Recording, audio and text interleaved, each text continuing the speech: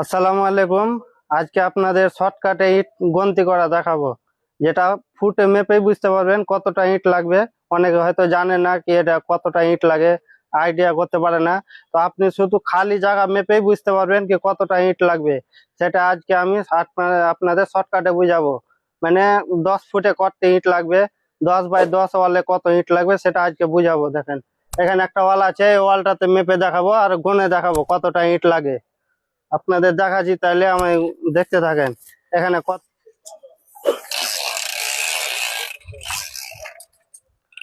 এখানে হচ্ছে 9.5 foot, 9.5 foot. আর height আমি 7 ফুট নিব। 9.5 ফুট আর 7 ফুট দেখাচ্ছি আপনাদের। এই 7 ফুট লিনু, 7 ফুট আর 9.5 ফুটে কত ইট লাগছে আমরা না গনে দেখাচ্ছি। না আমি পরে এড করে দেবো। 9.5 ফুট গণিত হচ্ছে 7, 66 ফুট, হাফ, 66 ফুট 6 ইঞ্চি। তো এটাকে আবার গুণ করব 9 দিয়ে। 9 মানে 1 ফুটে 9টা ইট লাগে, মানে চেন্নাইয়ের ইট। আর যদি পশ্চিম বাংলার বা বাংলাদেশের ইট হয়, তাহলে 1 ফুটে 8.5 খান ইট লাগবে, 8.5 খান। এটা ফুটে হিসাব করলে গেলে শর্টকাটে পেলবা কতটা ইট আছে। তো 66 ফুট, তো গুণ করব এটা 9 দিয়ে। 9 দিয়ে হচ্ছে মোটামুটি 600টা ইট। এখানে 600টা ইট আছে 700 ফুটে।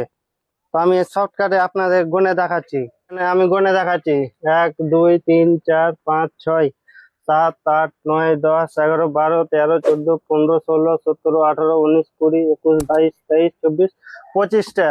25টা, আর এখানে আমি 7 ফুট নিয়েছি। 1 2 3 4 5 6 7 8 9 10 11 12 13 14 15 16 17 18 19 20 21 22 23 24। এটা হচ্ছে 7 ফুট। আর এদিকে হচ্ছে 9.5 ফুট। তো ওখানে 600টা বাড়ালছে। তো এখানে তোমার আরো একটু, মানে এটা গন্তিটা হলো, গন্তিতে কতটা বার হয়েছে তোমাদের দেখাচ্ছি। এদিকে হলো 25টা আর এদিকে হলো 24টা। তো এদিকে গুণ করলে কতটা হয়: 24 + 25, 25 + 24 হলো 600টা। একদম পুরোপুরি 600টা। আপনাদের টেপে মেপে দেখালছিলাম কি 9.5 ফুটে আর 7 ফুটে কতটা হয়। ওখানে 600টা বাড়াল ছিল, আর গন্তিতে হিসাব করে দেখালাম আপনাদের 600টা। তো আপনি শর্টকাটে এরকম করে ওয়াল মাপতে পারবেন। 100 বাই 100, 10 বাই 10 ওয়ালে হচ্ছে 100 ফুট। 100 ফুটে, 100 ফুটে হচ্ছে 900টা ইট লাগবে। আর পশ্চিম বাংলা বা বাংলাদেশের হয় তো 850 ইট লাগবে।